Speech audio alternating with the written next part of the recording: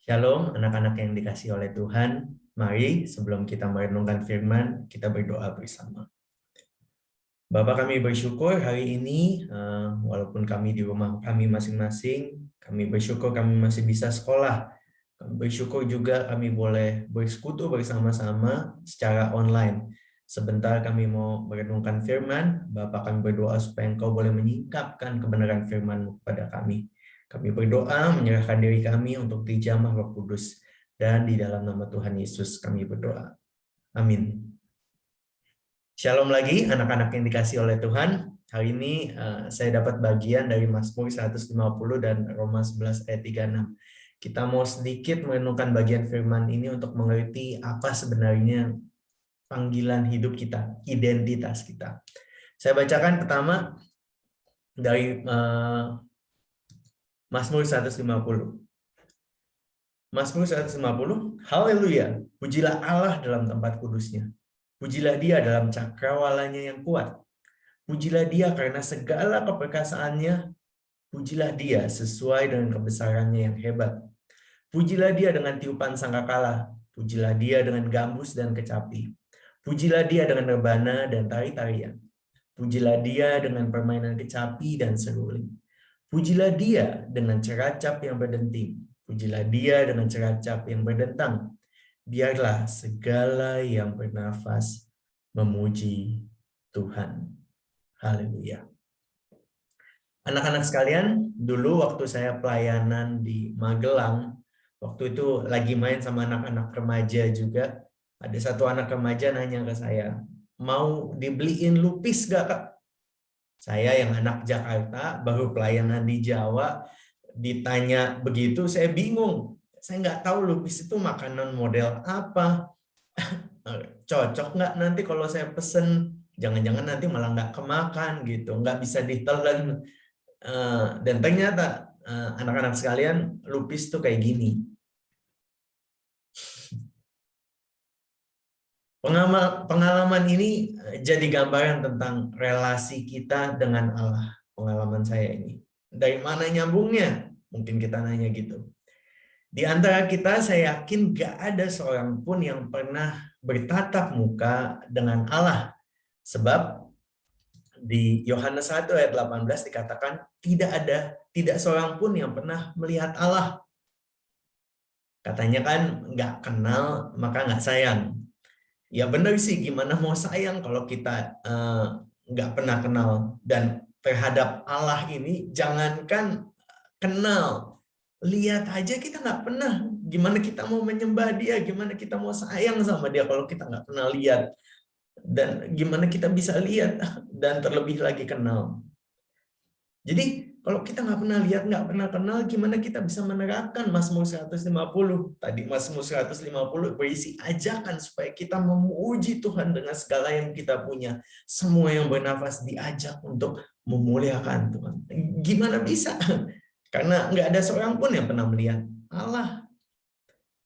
Yohanes 1 ayat 18, lengkapnya ayatnya begini. Tidak ada seorang pun yang pernah melihat Allah.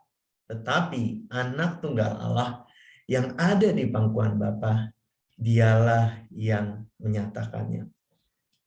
Jadi anak-anak sekalian, Allah yang tidak pernah kita lihat ini telah menyatakan dirinya lewat Tuhan Yesus.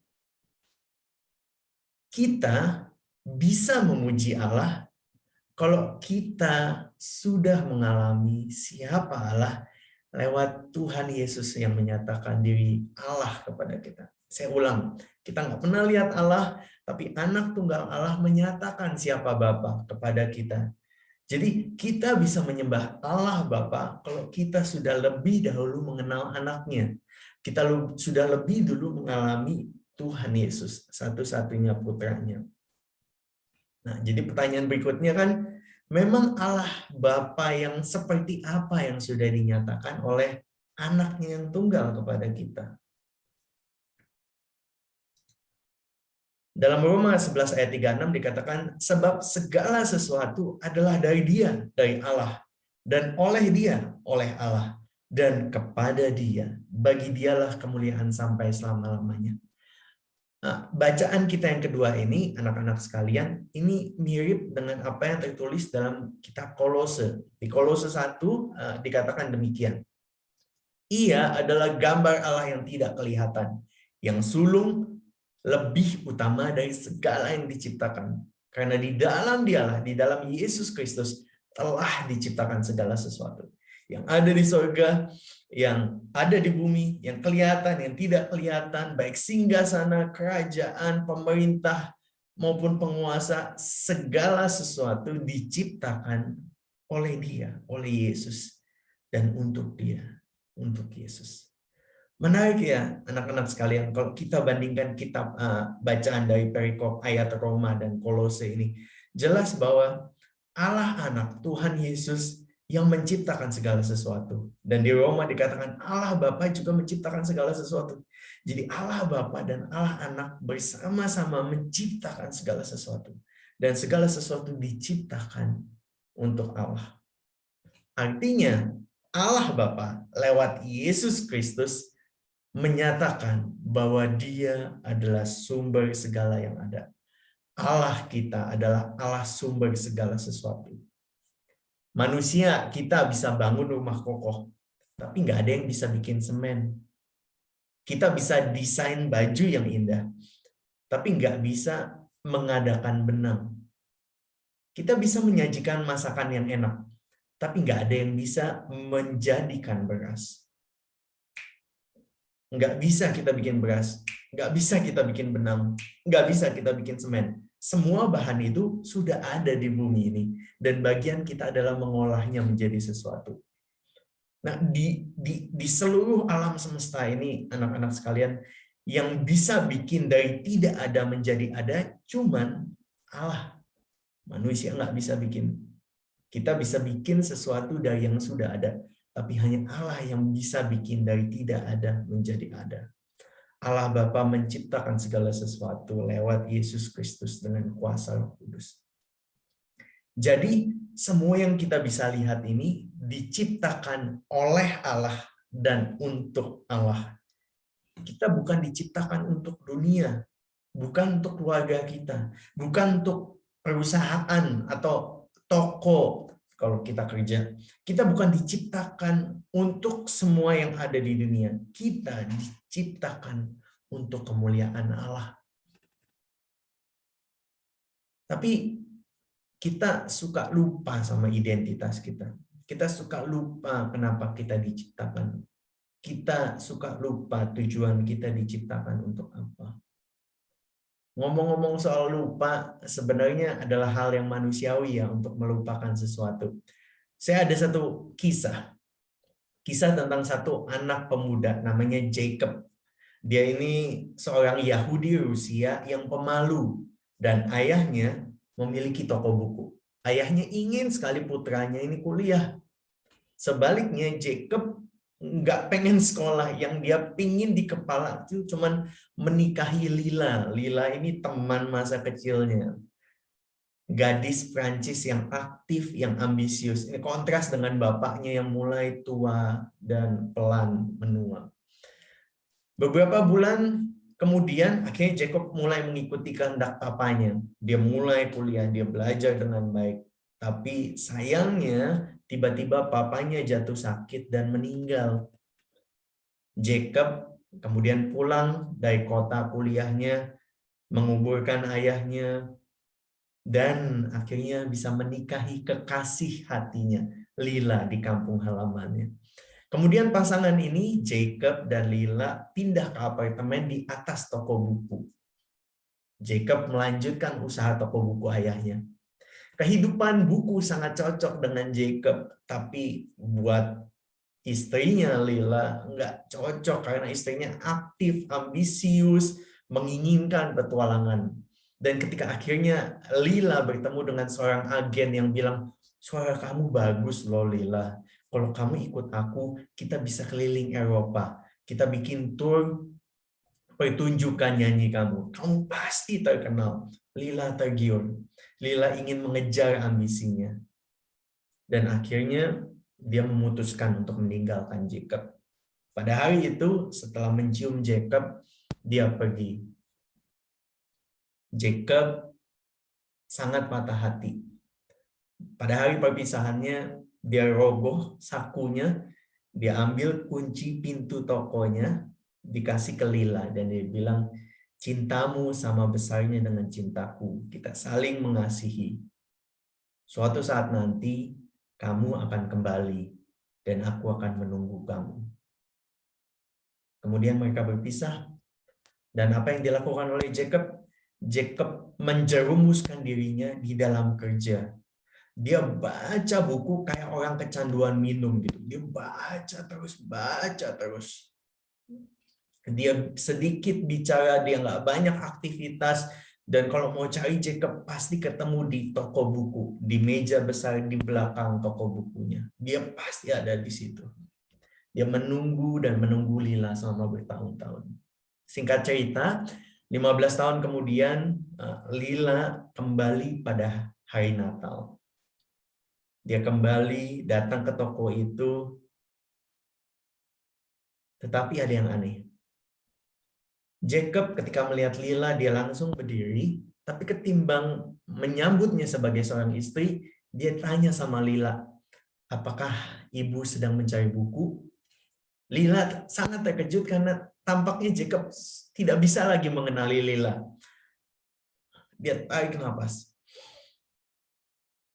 mencoba menguasai dirinya, dan menjawab pertanyaan Jacob. Saya ingin mencari buku, iya, tapi saya lupa judul bukunya. Kemudian Lila menceritakan kisah kekasih masa kecil. Ada seorang laki-laki, anak laki-laki dan anak perempuan yang sangat akrab. Kemudian ketika tumbuh besar, mereka menikah, mereka tinggal di apartemen di atas toko buku. Kemudian istri muda ini yang ambisius pergi untuk mengejar karirnya, menikmati kesuksesan besar. Tapi di tengah segala kesuksesan itu, ternyata istrinya ini tidak pernah bisa melepaskan kunci yang diberikan suaminya ketika mereka berpisah. Dia menceritakan kepada Jacob bagaimana perempuan ini senantiasa mengingat Jacob. Tapi wajah Jacob ketika mendengar cerita itu sama sekali tidak berubah. Lambat laun, akhirnya Lila menyadari bahwa Jacob sudah lupa siapa dirinya. Dia sudah lupa kenapa dia menanti. Dia tenggelam dalam kesedihan sekian belas tahun. Yang sekarang Jacob tahu hanyalah menunggu dan berduka. Menunggu dan bersedih. Terakhir Lila bilang, kamu nggak ingat. Kamu harus ingat.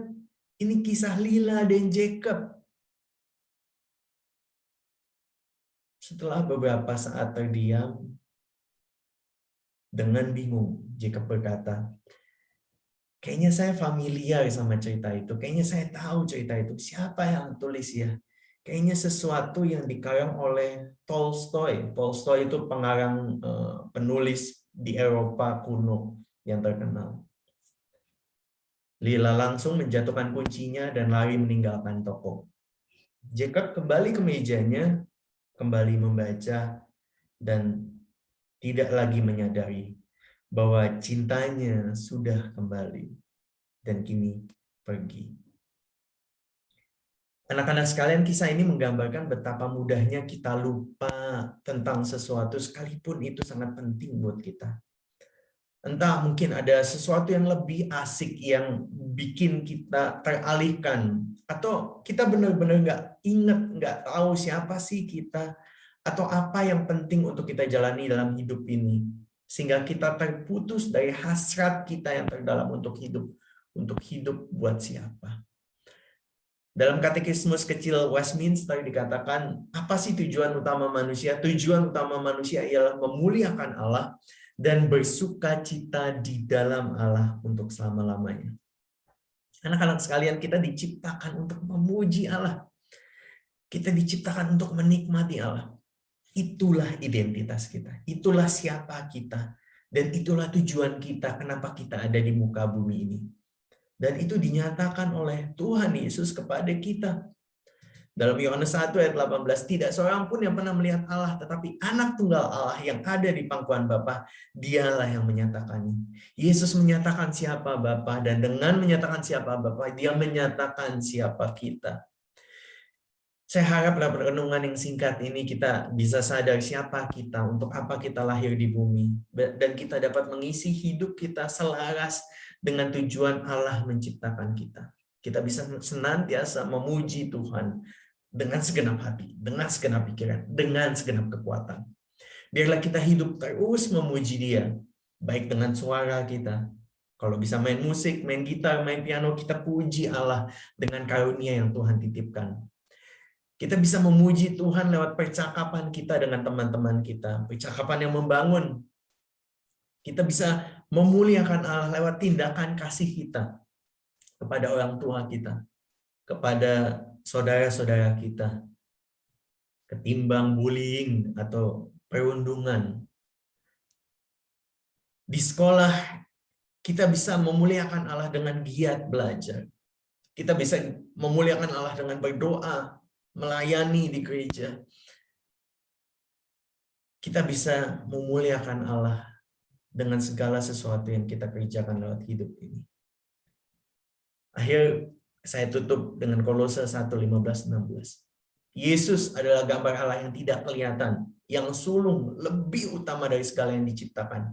Karena di dalam Yesus telah diciptakan segala sesuatu. Di surga, di bumi, yang kelihatan, yang tidak kelihatan, singgasana maupun kerajaan, pemerintah, semuanya, penguasa, semuanya diciptakan oleh Dia dan diciptakan untuk Dia. Biarlah hidup kita boleh terus meninggikan dan memuliakan pencipta kita. Amin. Mari kita berdoa. Bapak, kami bersyukur hari ini kami boleh kembali diingatkan lewat kitab Mazmur yang mengundang kami memuji Tuhan. Bapak, biarlah kami boleh senantiasa ingat siapa kami, identitas kami, tujuan kami hidup, dan kami boleh terus mengisi hari-hari kami, baik di sekolah, baik di rumah, baik di tetangga, di neighborhood. Kami boleh terus memuliakan Tuhan dengan segala yang kami kerjakan. Terima kasih Bapak untuk firman-Mu hari ini. Terima kasih untuk pengingat. Mampukan kami untuk hidup bagi Tuhan dengan kuasa Roh Kudus. Dan di dalam nama Tuhan Yesus kami berdoa. Amin. Tuhan memberkati.